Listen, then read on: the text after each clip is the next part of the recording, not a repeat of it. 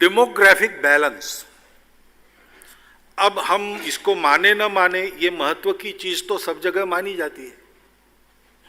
इसकी बात न करने वाले भी लोग हैं, लेकिन वो भी इसका महत्व तो समझते हैं।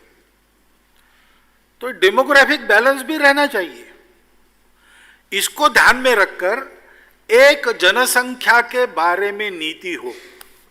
अभी नीति है 2.1 संतान का वो पुरस्कार करती है, लेकिन फिर एक बार देखा जाए ये सारे अंग उसमें विचारित है कि नहीं, सुविचारित है कि नहीं, अगले 50 साल तक की स्थिति की कल्पना हुई कि नहीं, और वो नीति बने और उस नीति में जो तय होता है वो सब पर समान रूप से लागू किया जाए, किसी को उसमें से छुट्टी ना हो।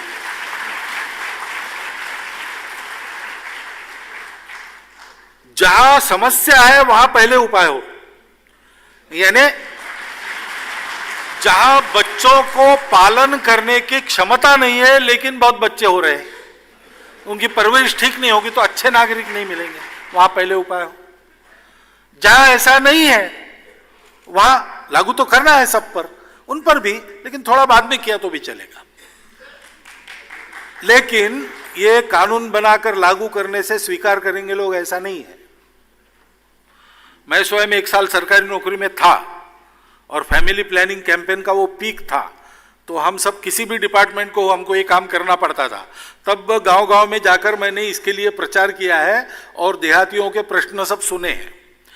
मन बनाना पड़ेगा, सबका मन बनाना पड़ेगा, धैर्य से सोचना, ठीक से सोचना, पूरा सोचना, सोचकर तय करना, जो तय किया है उसके बारे में जनता का मन बनाना और इसको समान रूप से सब पर लागू करना, ये होना चाहिए।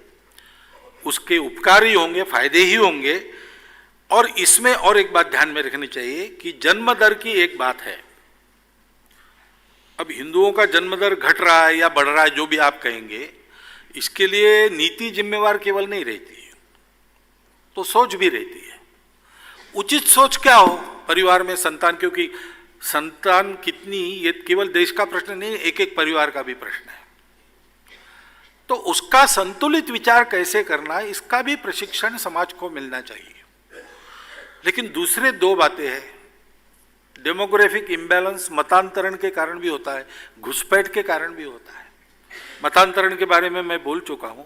घुसपैठ ये सीधा सीधा अपने देश की संप्रभुता को आह्वान देने वाला विषय है, उसका कड़ाई से बंदोबस्त होना चाहिए।